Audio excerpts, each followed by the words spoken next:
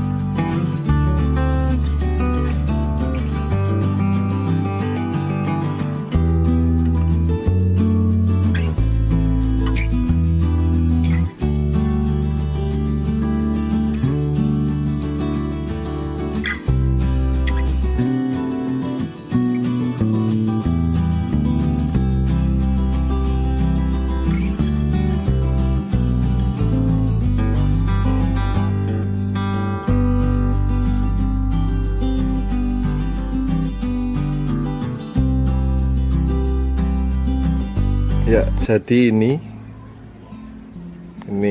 tunas-tunas kehidupan, tunas kehidupan, tunas dari aglonema saya.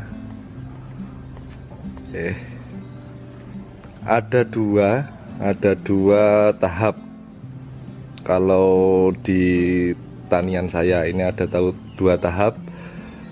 Yang pertama itu penumbuhan, yaitu penumbuhan dulu, penumbuhan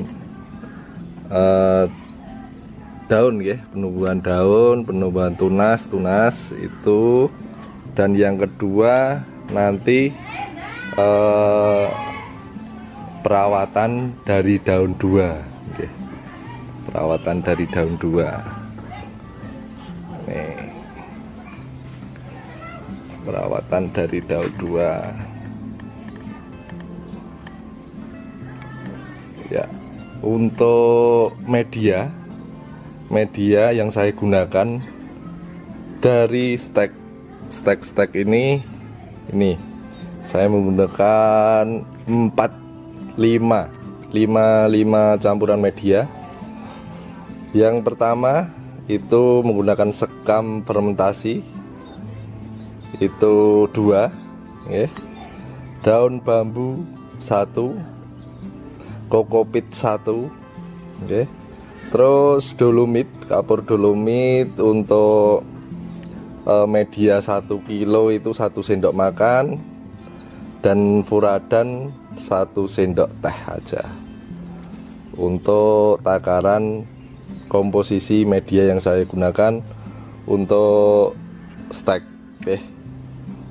bonggol yang saya gunakan, saya ulangi, ini sekam fermentasi, komposisinya persenannya 2, sekam fermentasi 2, terus daun bambu itu 1, terus kokopit itu 1, sama dolomit untuk ukuran 1 kilo media itu 1 sendok makan, dan furadan 1 sendok teh aja. Sedikit kalau untuk furadan. Selanjutnya ini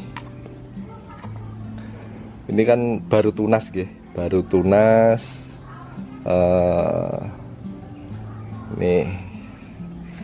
Ini campuran, ada suksom, ada itu ema, terus ini rainamira.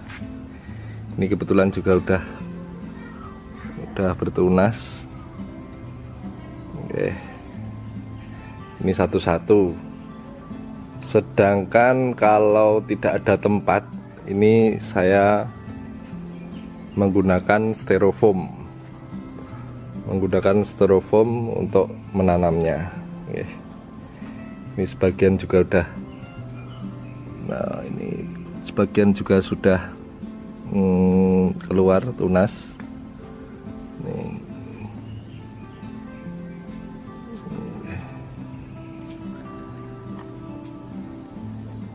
Ya, biasanya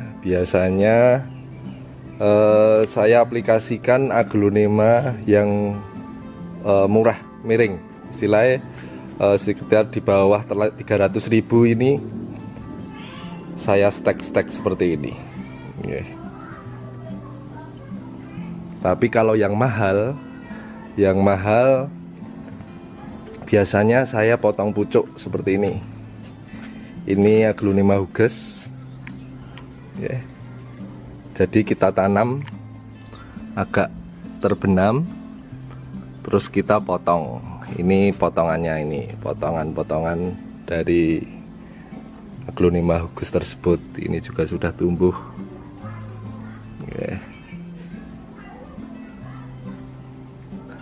Kalau untuk persenan dari bonggol seperti ini 70%, 80% sudah bagus untuk tingkat kehidupannya, untuk tingkat tunasnya 70%. Tapi kalau yang potong pucuk, potong bawah istilahnya, ini bisa 90% atau 100% bisa hidup. Kalau yang mahal-mahal biasanya saya aglonema yang agak mahal, kisaran di atas 300 itu saya lakukan untuk perkembangannya, mempercepat itu seperti ini. Jadi ada daun pancingnya. Ya, kalau yang ini Cochin Brown Cimbron juga saya lakukan potong pucuk. Ini ada daun pancingnya satu. Kalau ada daun pancing kemungkinan 90% hidup dan bertunas. Tapi kalau yang tanpa daun pancing itu 70% itu udah bagus. Oke. Nih.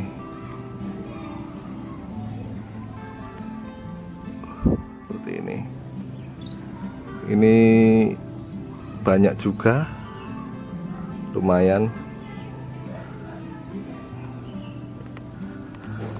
Kalau untuk pemupukan saya nggak pakai Dekastar, nggak pakai B1, nggak pakai Gromor kalau yang bonggol seperti ini. Jadi tanpa pupuk kalau saya nggih. Cuma medianya ini tadi yang saya utarakan tadi 5 jenis untuk stek. Oke, jadi itu tanpa Dekastar, tanpa pupuk. Oke, seperti ini.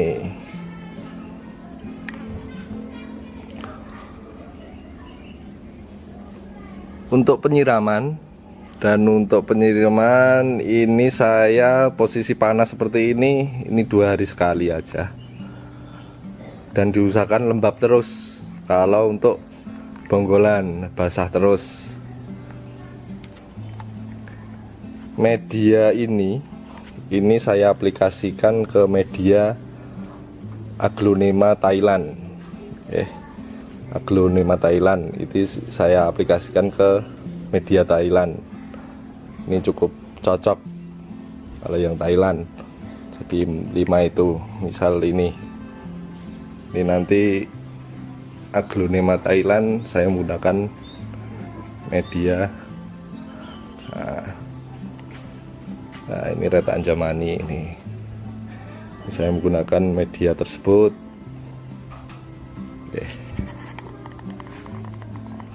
Saya aplikasikan ke media Aglonema Thailand.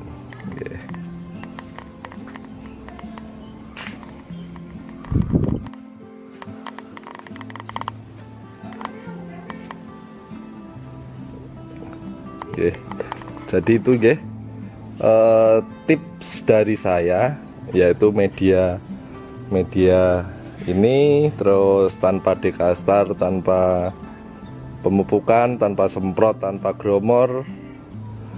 Terus kalau kekurangan tempat bisa pakai styrofoam. Ini langkah pertama, istilahnya penumbuhan dulu, penumbuhan daun atau tunas. Untuk airnya saya menggunakan air sumur. Kalau terpaksa air PDAM, ini didiamkan di pot seperti ini, di ember seperti ini, lalu dipanaskan 3 hari untuk menghilangkan zat klorinnya dari air PDAM. Dipanaskan 2 hari baru disiram untuk menghilangkan zat klorin. Atau juga dengan daun ketapang yang kering dimasukkan setelah 2-3 hari, itu sudah hilang zat klorin air PDAM-nya. Setelah itu tahap kedua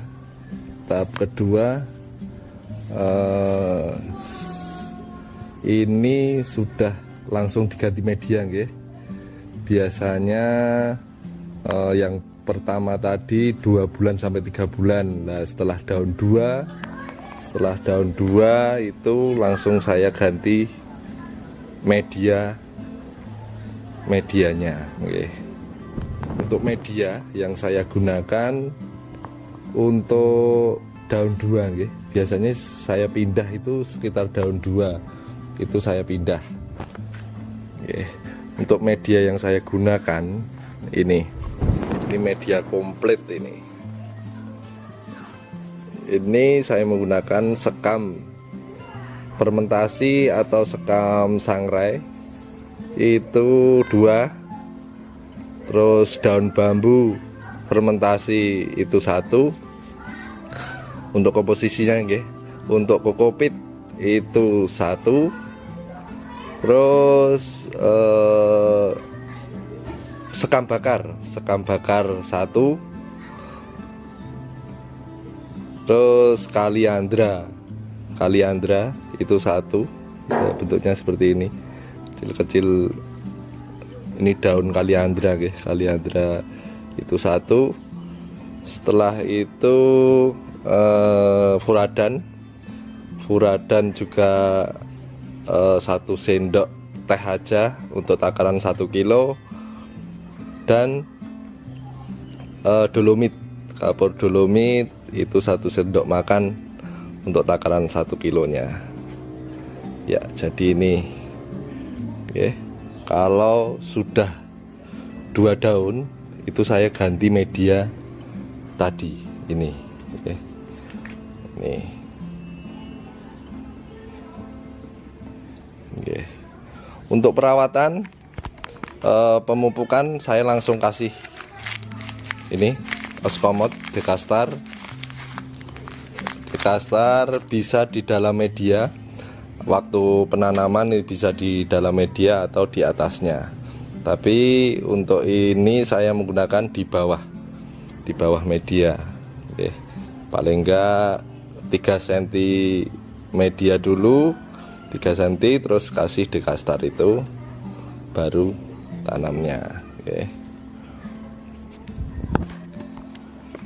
Dan selanjutnya untuk gromor, ini gromor biasanya untuk daun 2, daun 3 ini 1 bulan sekali saya. Terus untuk vitamin B1 ini 2 minggu sekali. Dan dilanjutkan pengobatan insek, terus baktosin, bakterisida, fungisida itu 1 bulan sekali aja. Itu. Jadi ada 2 tahap. Yang tahap pertama itu penumbuhan, itu tanpa, kalau saya tanpa pupuk, tanpa Dekastar, tanpa gromor, tanpa B1. Tapi kalau udah daun 2, terus kita pindah ke media komplit ini. Media komplit saya aplikasikan ke sampai dewasa ini. Setiap 6 bulan itu diganti medianya. 5 bulan, 6 bulan. Kalau yang ini romantic love ini, tapi potong pucuk seperti hugesnya tadi, huges dan koncin brown, tapi potong pucuk ini.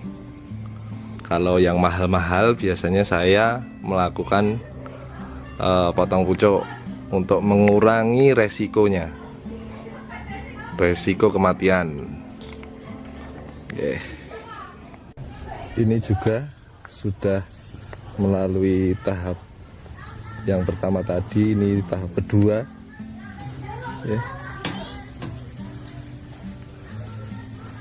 Ini tanian saya semua ini.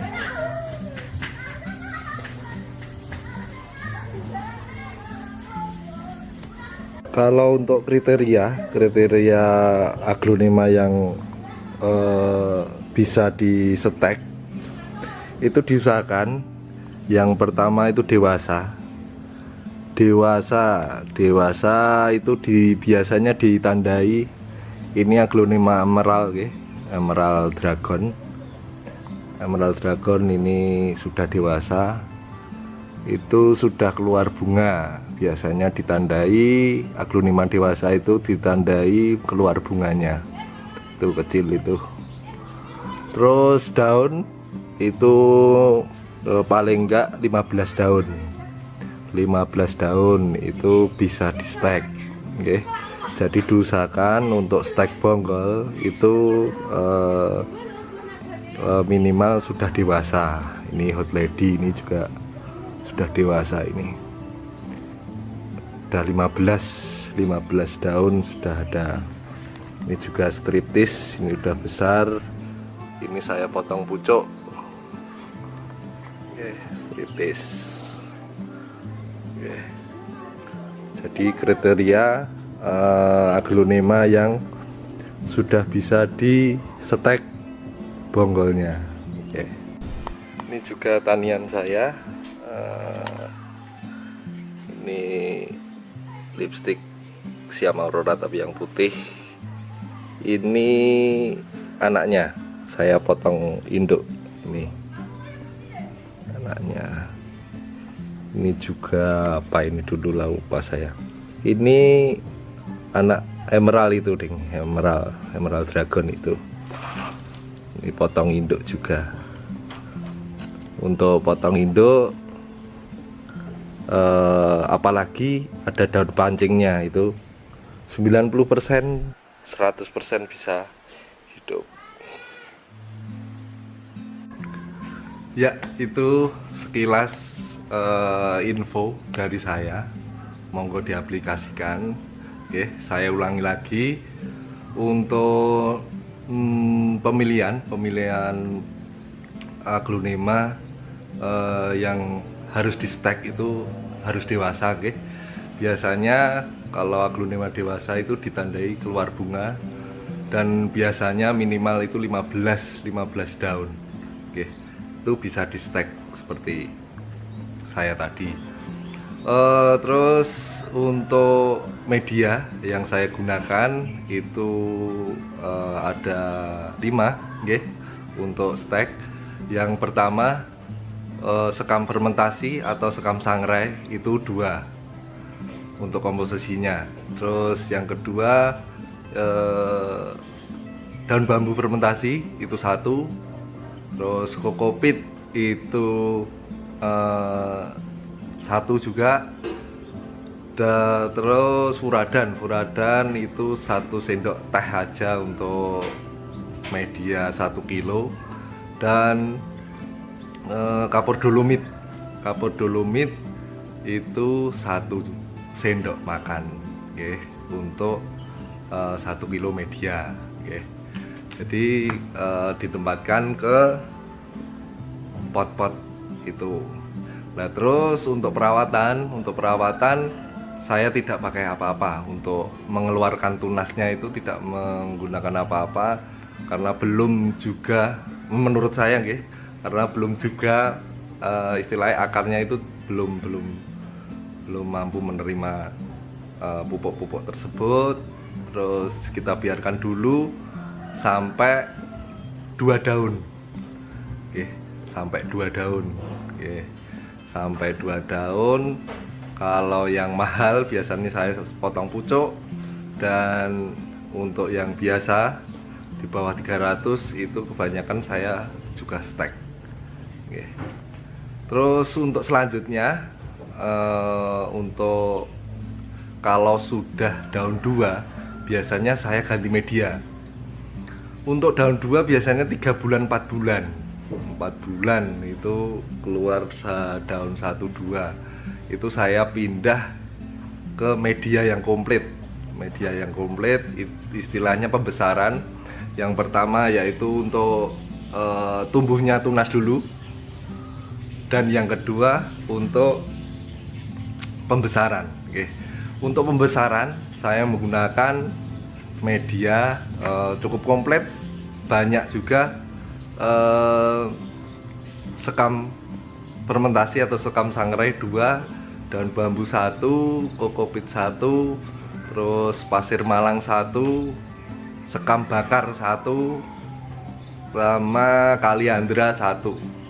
Terus furadan juga untuk takaran 1 sendok teh saja untuk furadan. Kalau untuk dolomit 1 sendok makan. Cukup komplit kalau untuk pembesaran. Terus untuk perawatannya saya langsung kasih dekastar pas nanamnya itu saya langsung kasih dekastar di bawah. Biasanya itu sekitar 10 sampai 15 butir askomot. Dan untuk pupuk daunnya, pupuk gromor itu saya 1 bulan sekali. Dan untuk B1 nya 2 minggu sekali. Itu untuk yang anak daun 2 nggih. Daun 2 itu untuk B1 itu 2 minggu sekali, B1 itu 2 minggu sekali, dan gromornya 1 bulan sekali. Itu terus monggo diaplikasikan di rumah. Kalau untuk petani lain mungkin beda. Ada yang bertanya, baiknya disungkup Mas? Iya, tapi tempat yang saya untuk bertani ini masih belum luas, masih kecil nggih. Kalau untuk skala besar mungkin bisa untuk pembuatan sungkupan. Untuk sungkup itu cepat keluar akar. Kalau pucuk aglonema yang di setek itu cepat keluar akarnya. Dan untuk tunasnya juga cepat keluar. Kalau untuk sungkup, monggo diaplikasikan. Itu tips dari saya. Mungkin di petani lain beda, monggo nggak apa-apa, berbeda untuk membasarkan aglonema itu nggak masalah. Monggo dicoba terus tentang aglonema ini. Mungkin cukup sekian dari saya. Terima kasih sudah menonton YouTube saya. Terus untuk selanjutnya mungkin saya akan membuat konten perawatan aglonema Thailand. Aglonema Thailand kan banyak juga di komentar susah untuk perawatan aglonema Thailand. Next mungkin 1 minggu lagi saya akan buat perawatan aglonema Thailand. Nantikan selanjutnya.